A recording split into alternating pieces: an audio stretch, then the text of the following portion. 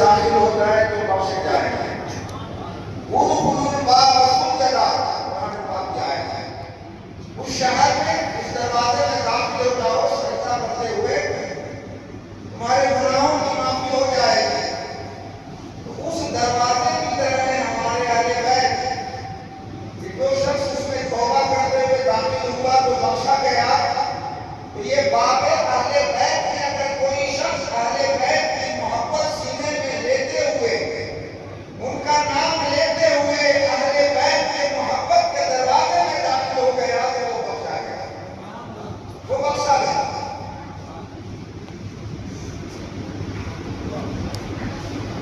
پھر آپ نے فرمایا کوئی شخص چاہے کتنی ہی عبادت کیوں نہ کرے، وہ کعبے میں جا کر کعبے کے دیوار سے چمٹا رہے، مقام ابراہیم پر ایک نفل نماز ادا کرتا رہے، لیکن اگر سینے میں وہ بغض لے کر جا رہا ہے ہماری اولاد کو، تو کبھی بخشش اس کی نہیں ہوگی، وہ کبھی بخشا نہیں جائے گا۔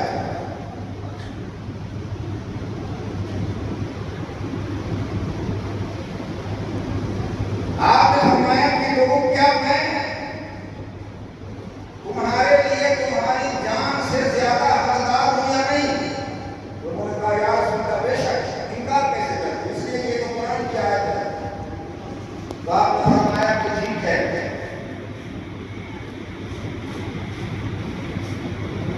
میں دیکھوں گا کہ میرے بعد میرے اولاد کے ساتھ تمہارا کیا سلوک ہوتا ہے،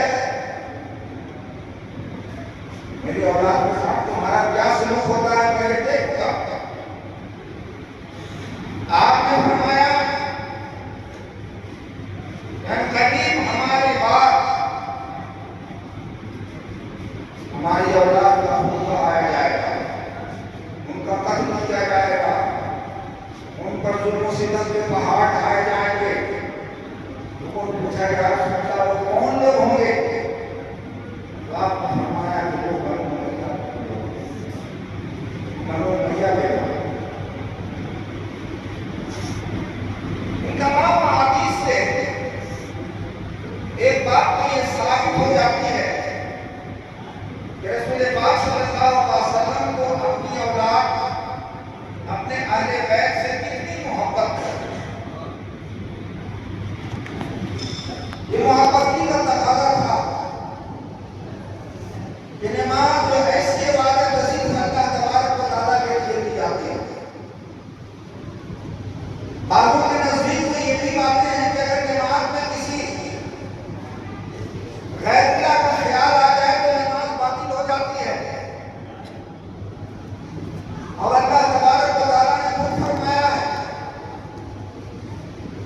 اقیموا الصلاۃ لذکری، نماز میری یاد کے لیے قائم کرو، میری یاد اس میں ہونی چاہیے۔ اگر کوئی شخص نماز پڑھ رہا ہے ادھر ادھر خیال بھٹک رہا ہے،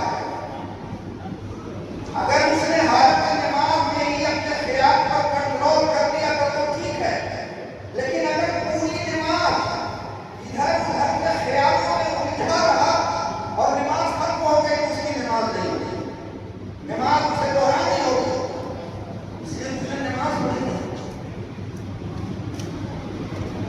تو یہ کیسی عبادت ہے جس میں کسی غیر اللہ کو دخل نہیں ہے؟ کہ مجھے نماز کس سے سیکھنی ہے؟ آج کے ملاؤں سے سیکھنی ہے، ہم سے سیکھیے گا، مفتیوں سے سیکھیے گا، کہ نماز سیکھنا ہے تو مصطفیٰ سے سیکھیے۔ جیسی نماز رسول پاک صلی اللہ علیہ وسلم نے ادا کی ہے ویسی نماز ادا کیجیے، وہی نماز اللہ تبارک و تعالیٰ کی بارگاہ میں قبول ہے۔ اگر وہ نماز نہیں ہے تو قبول نہیں ہے۔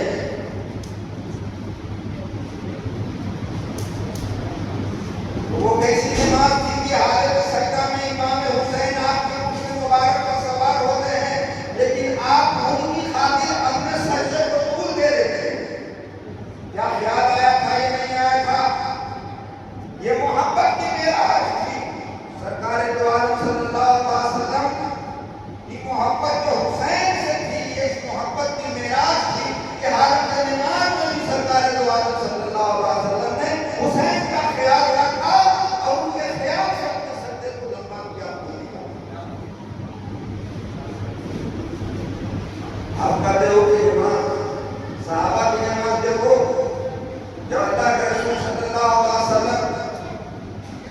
مرد میں مبتلا ہوئے تو کئی وقت آپ نماز کے لیے حاضر نہیں ہوئے. نماز کون پڑھا رہے تھے آپ کی جگہ پر؟ جناب ابوبکر صدیق رضی اللہ عنہ. ان کو کہا کہ وہی نماز پڑھائیں. آپ اپنے حجرہ شریف میں تشریف فرما رہے لیکن جب تھوڑی طبیعت میں فاقہ ہوا تو آپ چاہ کے نکلے، پردے کو ہٹایا، اپنے حجرے کے پردے کو سرکایا اور جھانک کر دیکھا لوگ کیسے نماز ادا کر رہے ہیں. نمازیوں کے کان میں پردے کی سرکنے کی آواز آئی. کان میں لوگوں نے سمجھا کہ رسول پاک تشریف لا رہے ہیں. تو چہرہ ہونا چاہیے چہرہ کی طرف، تو سبوں نے اپنا چہرہ مصطفیٰ کی جانب پھیر. سبحان اللہ سبحان اللہ. مصطفیٰ کی جانب پھیر دیا. کہتے ہیں اس نے ایک صحابی رسول کو فرماتے ہیں کہ ہم قریب تھا کہ ہم لوگ اپنی نماز کو چھوڑ دیتے. پھر آپ صلی اللہ علیہ وسلم نے پردے کو سرکا دیا. اس حالت میں تو یہ نماز پڑھ رہے تھے. یہ محبت تھی مصطفیٰ صلی اللہ علیہ وسلم سے. تو آپ نے فرمایا کہ جسے مجھ سے محبت ہے تو ہمارے لیے حسن سے محبت کرو، حسین سے محبت کرو، ہماری اولاد سے محبت کرو، ہمارے اہل بیت سے محبت کرو.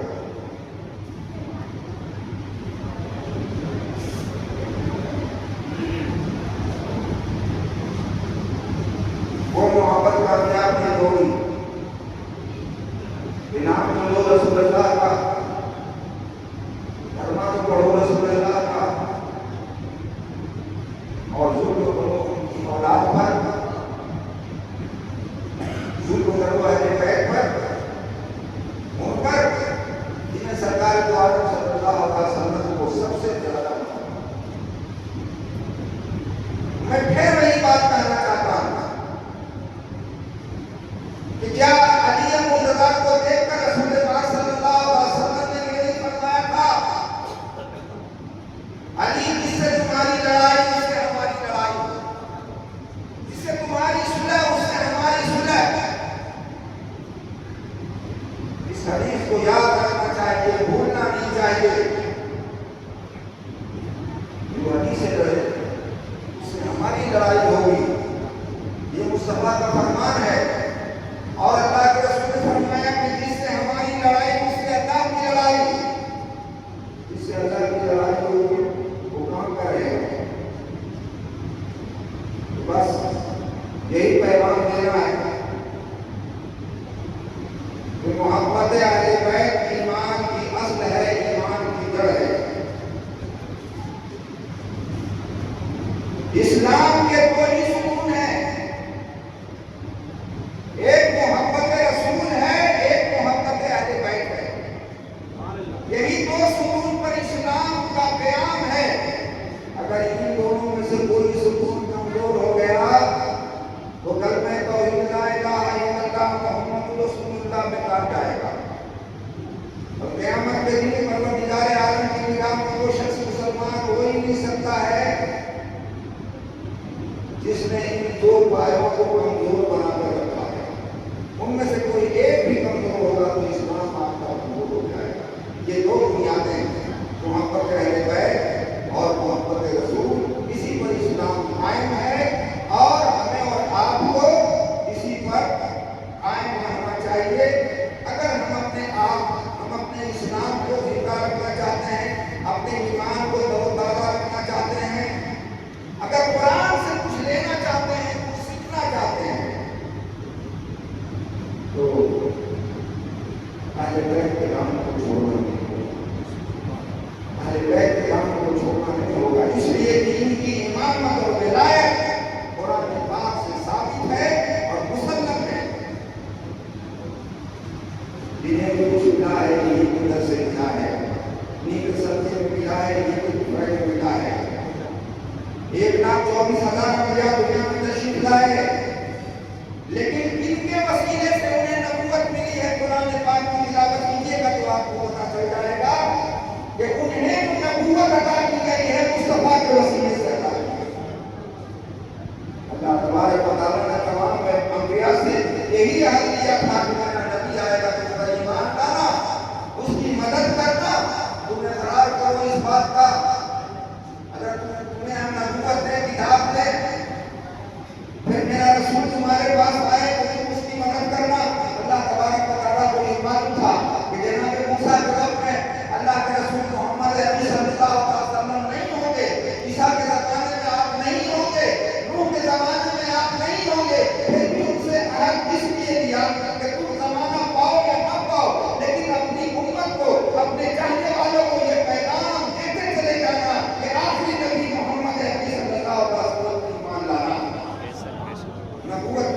بھی عطا کی گئی ہے. تو وسیلے میں